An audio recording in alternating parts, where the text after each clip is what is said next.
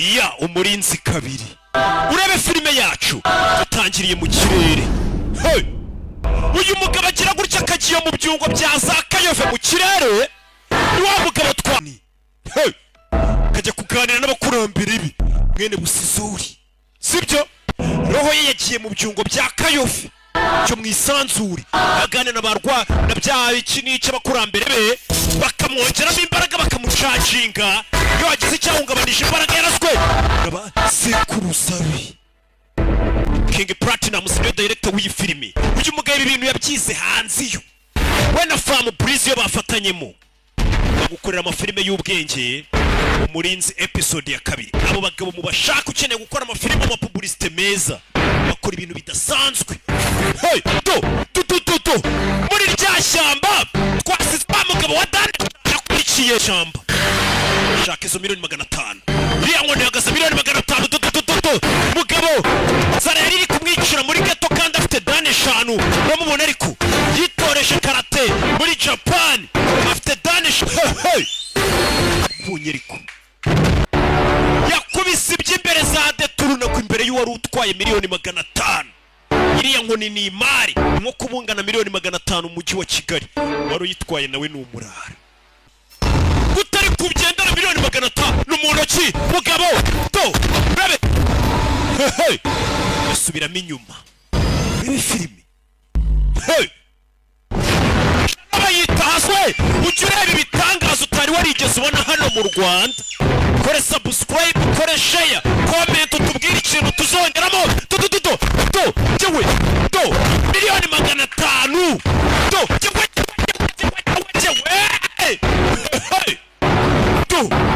Rebe kiki mugabo kimuturwawe n'amaruka $500,000 arazitwaye yimanukiye. Hano hari ubacungiye hafi. Uyu yari hano yumva ibuye, uyu yitsimbamo. Nakubwiye ngo kugendana $500,000 ni urupfu. Kureba hejuru ariko nta muntu uri hejuru. Ni nani uwo? Hey, hano hari umujene abana na mama we kandi amaze kugira imyaka 30. Yabuze $20,000 byo gukodesha shamburete. Mama yaramutumye inyanya ku isoko. Birirwa bamutuka muri famiye afunguza fanta menyo. Na wabona $500,000 zino zirankura ku gasuzuguro ka famiye. Nanjye ndagimvumo.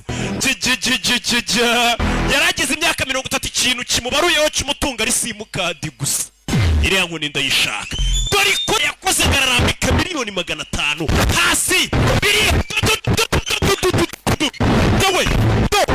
Jewe ari cyo yikanze.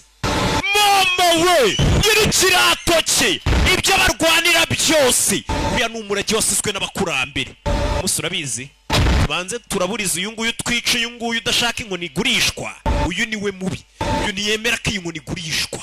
Niyo bakurambere be n'amateka barakubita. Umugabo avuye kwicaginga. Swata tera kick. Hey, kubita umwuzukuruza wandi Waryangombe akaba umuhungu wa Busizori. Barakaje imizi n'abakurambere. Wibuke ajiga do bikangamo umuvuduko. Abagabo barabatera.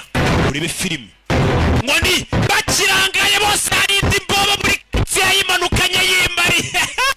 Tutaza yiturutse hari marine yamanukanye inkoni. Kumbe tuvuye hakurikiriya hafa abasirikare baharinze Sultani kuva muri Omani. Umugabo iriya nkoni yateze aravuga ati nkoni ndayishaka. Boss inkoni igeze. Nkoni iri mu nzira makuru angezeho. Wibye inkoni ubundi hari umugabo avuye muri Omani ni washizeho amafaranga avuga tuzayibona. Mwana atoye $500,000 ariko sukwegera Sultani. Uyu mugabo ni umwicanya akina amadiro y'abundi y'amabuye y'agaciro ari za Omani. No kugurisha abana ngo b'abakobwa. Niyo makuru ngo baduhaye. Sultani kubita ya nkoni. Iyi nkoni ngo uyifite za kontrol isi. Bibaze ko nawe uri kureba iyi filime y'inkoni kuno Sultani yagukontorora mu gihe yabiri mu maboko ye. Yavuze ati genda wica umukafiri inna lahi lahilala inna lahi maswabirina.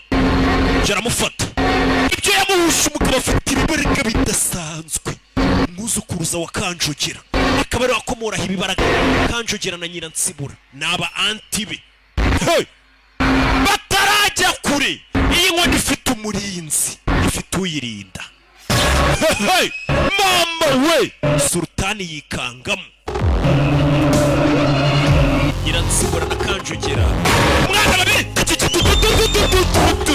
yo nkoni nahijya yo nkoni imaze imyaka irinzwe agasani akaba yikoze ibico kure imbaraga z'abakurambere mwene Busizori urura imbaraga z'abakurambere urebe filime witunze mbese bitugira gutera kimwe urebe bakura y'imbaraga urabizi mujyane boss mu mukure hano no mu mundekere uyavayo bihanganira bose bafite imbaraga umwuzukuruza wa Ryangombe n'umwuzukuruza wande wa Kanjogera na Nyiransibura ese biraherera hehe Director ni King Platinum zeno nyiri film uza wande wa Kanjogera na Nyiransibura ese biraherera hehe Director ni King Platinum zeno nyiri filime ndetse akora subscribe kuri channel igiye kukibiberaho ibitangaza n'ibindi bintu mutabonye n'izindi content z'ubwenge umurinzi episode ya 2 iyi season nakubwiye ngo abantu none mu bihugu za Hollywood batangiye guhamagara tukabako